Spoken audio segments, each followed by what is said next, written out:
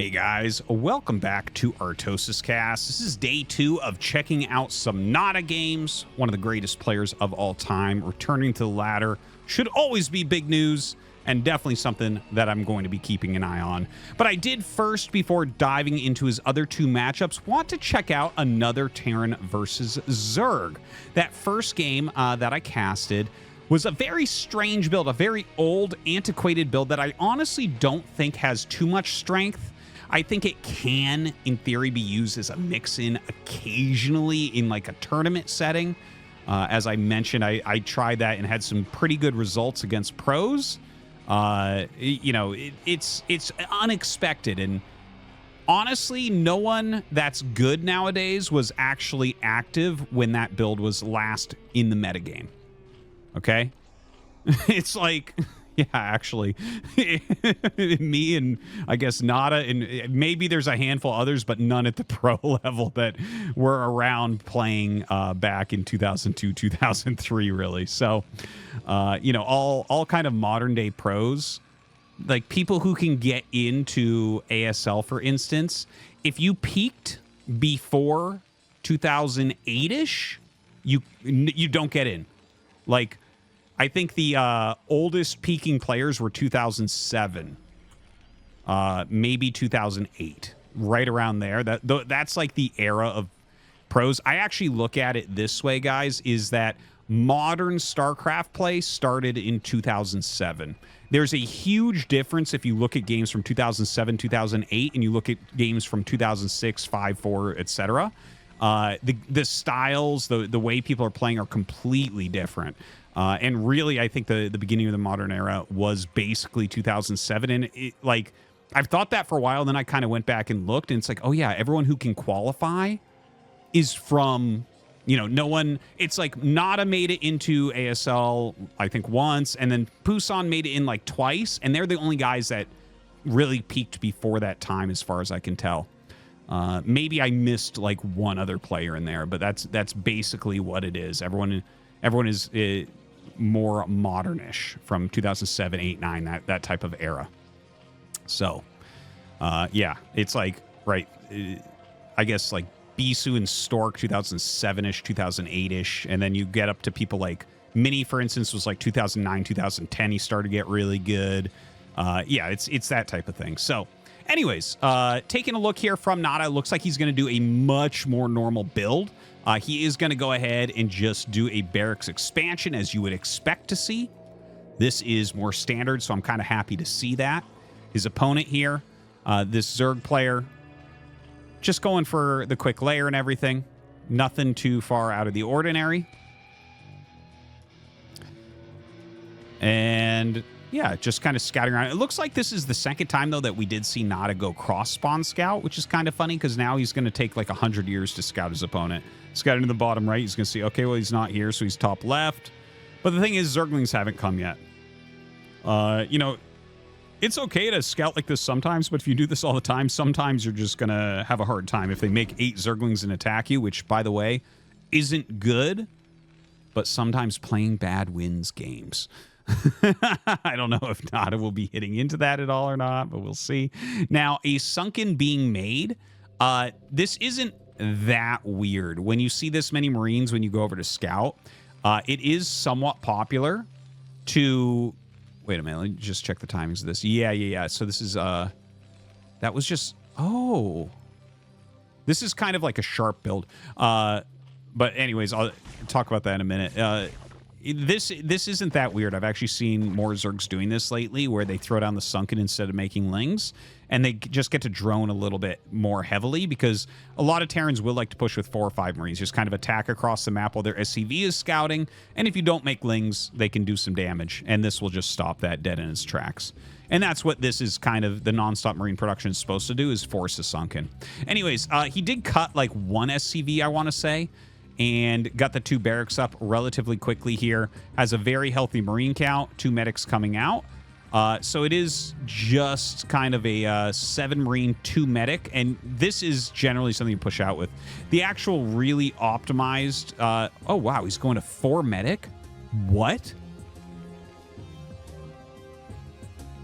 Wow. Okay, that's kind of cool and interesting because, all right, the reason for making early medics is just so that they bank more energy. So, like, if you know you don't need the Marines or you're not planning on attacking, it is actually technically better to make more medics early on because then they just have time to gain that energy and heal more over the course of the game.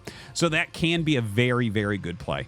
He is adding the 3rd barracks, so this is just kind of a middle-of-the-road build here from NaDa. We don't see the range upgrade yet, but he'll probably start that pretty soon. In general, it's really good to start that before you get your missile turrets up if you can. Looks like he will just have to make his turrets, though, as mutas are already on the way. 2 Sunkens are out, and that 3rd base being started. So, looks like some pretty solid play from the Zerg player.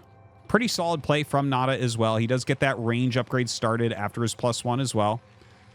Putting down a secondary missile turret up here, and probably put a second one there. Only 1 at his mineral line so far. Now, if you look at it based on the spawns, just zooming out here, this is the furthest away point. So this would be the last place mutas would probably hit. And if they do hit here, they hit later. So it's okay to start turrets later in his position like that. But sometimes the Zerg will just guess that and go to that location purposefully. And it seems like that's what he's doing, but he's waiting because obviously 4 mutas doesn't do much. 6 actually still doesn't do much. Really, you need 7 to one-shot SCVs. Yeah, see, he is waiting for that 7th one, or trying to at least. And there it is. He gets the 7th, and he should be going in now. But he does get the 2 more turrets up in that time as well. So, good job on NaDa as far as defending goes. NaDa has a lot of energy on these medics. Notice he doesn't let them go back to heal the SCVs at all. And instead just starts to push out. 4th Sunken being made, so this is going to be completely safe. But this bottom left base, if NaDa goes for it, there is potential for damage there. The mutas continuing to harass this natural expansion, going to take out that missile turret. These 2 not really supporting that one super well. Probably better to throw one here as opposed to here, just so that this one has a bit more coverage. But the muta's doing a good job right now. NaDa actually going towards the 4 Sunkens. Now, he has a lot of medics, and he has range, so like, he could try to attack that, but this is super borderline. Like, I don't think that this one ends up working. Yeah, like, with the medics there, and he kind of, look, see how his medics are walking forward just a little bit? So this actually gets completely wiped. Like, if you do a perfect engage into there, it's very borderline. Like, if the mutas don't come back, you might just barely break the Sunkens. But it does have to do with kind of trying to get your medics to take the first shot. Like, there's a way you can walk the medics forward. Sometimes you'll pre-stim and then do that, so your Marines are already firing quickly. And that type of move can make something like that close. But as you see, NaDa, who hasn't been active for years, maybe having a little bit of a harder time with that.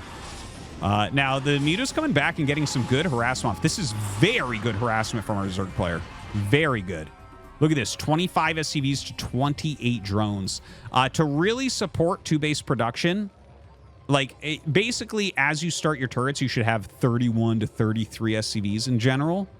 If you can squeeze more than that, it's amazing. And you can see here, he's got his starports finishing. He's only got 28. So, like, he has to make SCVs non-stop.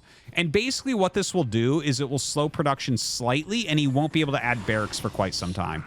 Like, you just don't have money to add barracks at this point. You'll just stay on 3 barracks for a long time, get up to your science vessels, continue your upgrades, and remake those SCVs.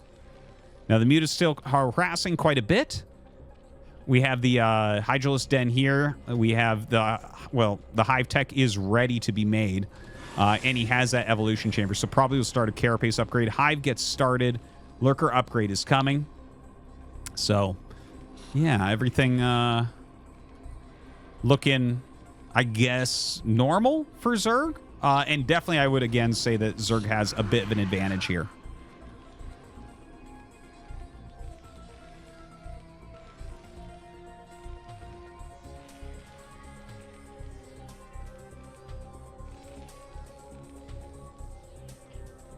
Very, very good drone saturation. Good scan there from NaDa, seeing where he's at in this game. Very much liking everything that the Zerg has been doing. And again, NaDa's definitely not out. Just to make this clear. Like, Zerg has an edge right now, and supply-wise, it looks worse for NaDa than it actually is, because he's reaching the critical mass where these mutas, like these mutas right here, represent 18 supply, but if he doesn't do anything that feeds into mutas, they don't have much value anymore. Something that would feed into mutas, for instance, would be like if you went dropships without clearing the mutas, they would be able to clean that up really easily. But other than something like that, like, you know, you might have to work really hard here as a Zerg player to get value out of this 18 supply. So again, the supply right here, I know normally we say things like, you know, if Zerg is ahead in supply, they're just ahead. This is one of the situations where it's not exactly that way. Now, this is actually really nice. The fact that he had these mutas here, that was fantastic and made it so the 3 lurkers wouldn't get broken. If the mutas were not there, those 3 lurkers get cleared almost instantaneously. And you can see that as he made the choice to turn on NaDa's Marines, NaDa did pull back there, realizing what was going on. He did almost lose a vessel too. It might, like, I'm interested to see. I think he'll just irradiate the lurkers, but it can be worth it to irradiate the Mutalisks still, even at this point in the game.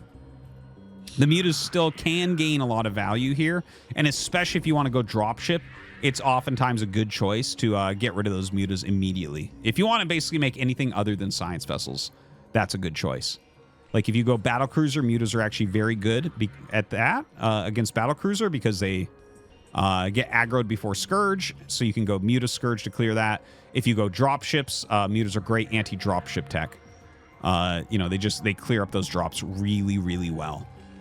So those would be cases in which you'd want to specifically irradiate the Mutalisks. Okay, so NaDa moving across the map. He has 1/1 upgrades already, +2 attack on the way. Defiler Mound is up with Consume being made right now. But it looks like we're going to get into kind of this standard game here. And by the way, 5 lurkers, somewhat stacked. And here, 3 lurkers stacked right in front of 4 sunken. So, like, these are pretty impenetrable positions. NaDa starts his 3rd command center, which makes a lot of sense here. One thing to note is that the rush distance from here to here is not that long. It is a little bit winding, but it's not that long. So, NaDa will want to eventually, as the game gets more hectic, probably have a containment force right around there. Okay, double D-Matrix Marines. I don't think this will do it. I think those lurkers will still be able to clear this pretty well. Oh, dude. Okay. I was like, I can't believe how long that D-Matrix Marine is actually living there. But if you retarget the lurkers on this clump, it'll just blow it up.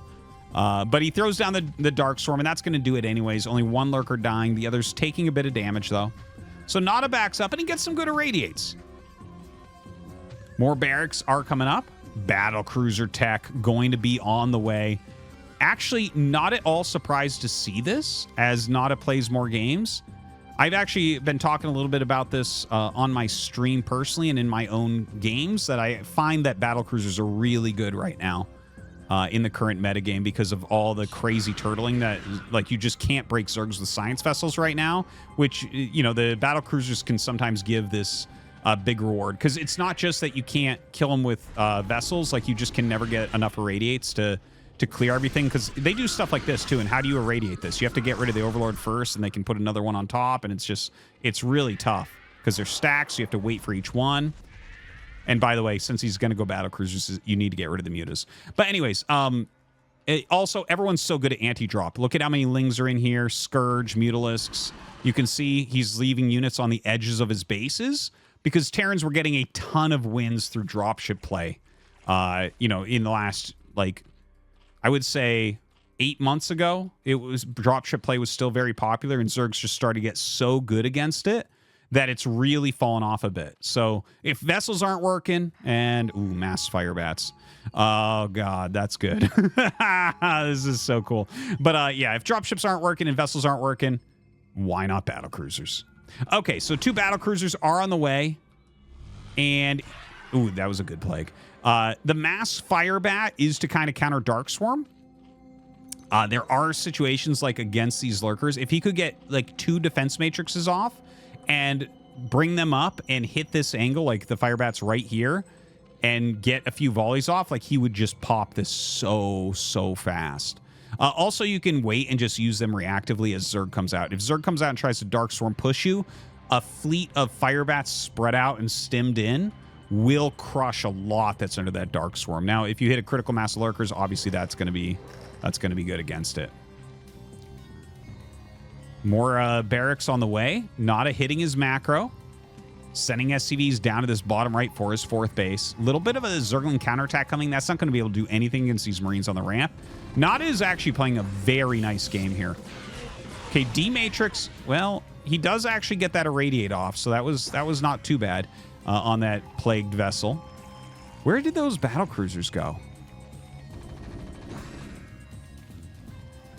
Okay, I guess they just popped. Dude, battle cruisers take forever. Okay, so he's got 2 BCs out. He's got a good roaming army. He has 2 on upgrades, but hasn't actually started 3-2 upgrades, which is a problem because Ultralisks are going to be on the way, and there's already +2 carapace with another carapace coming. Kind of very important to get up on top of that. Little Dark Swarm push down here, but it looks like NaDa's going to be completely fine. He's going to try to throw down... doesn't get that other Dark Swarm. And so NaDa clears that really well. Ooh, going to catch this one as well. Really, really good. Oh, or, well, maybe not. We'll see. You know, there's one Zergling over here. What are you going to do? I guess he could Plague, and that'd be annoying, but that's about it. Not going to break that base.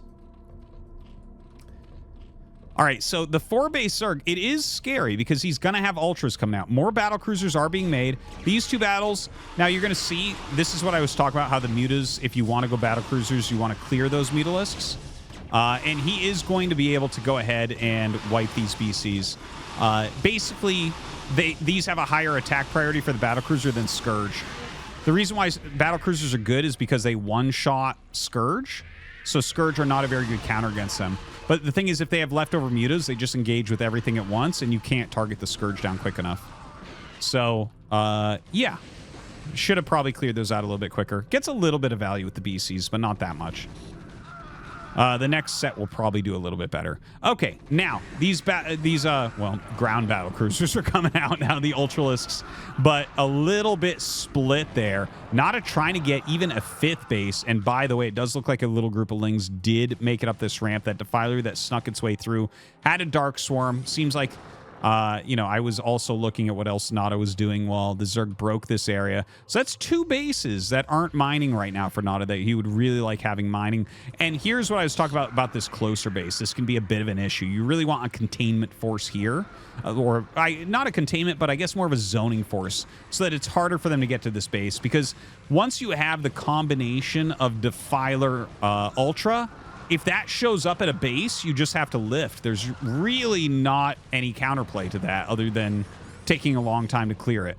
Now, the battlecruiser is going to head up to this natural base. A lot of Ultras being transported over to this side of the map. NaDa just kind of clearing what he can. He's actually still got a decent SCV count. He has a couple dropships in there, as I just saw. But here we go. He is coming in. Couple D-Matrix Firebats, but they don't actually get on top of the Lurker Clump. The Lurker Clump is here, not down there. So a little bit of a mistake, perhaps.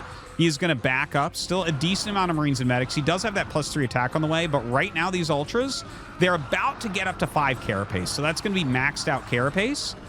And until you have that +3, you're not really going to be able to fight that very well. Looks like his Marines are getting cleaned pretty badly here. A lot more Lings on the way as well. NaDa does retake this base, does get this base mining as well.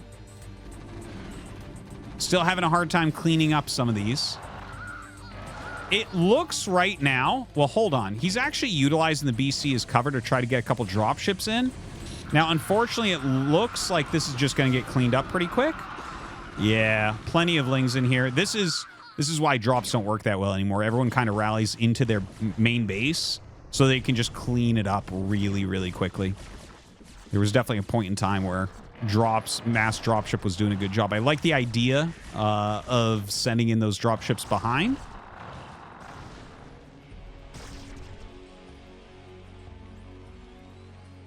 A couple Ultras going towards this bottom right. Looks like NaDa trying to go into some factory tech here. So probably for Siege Tanks, but maybe Vultures as well.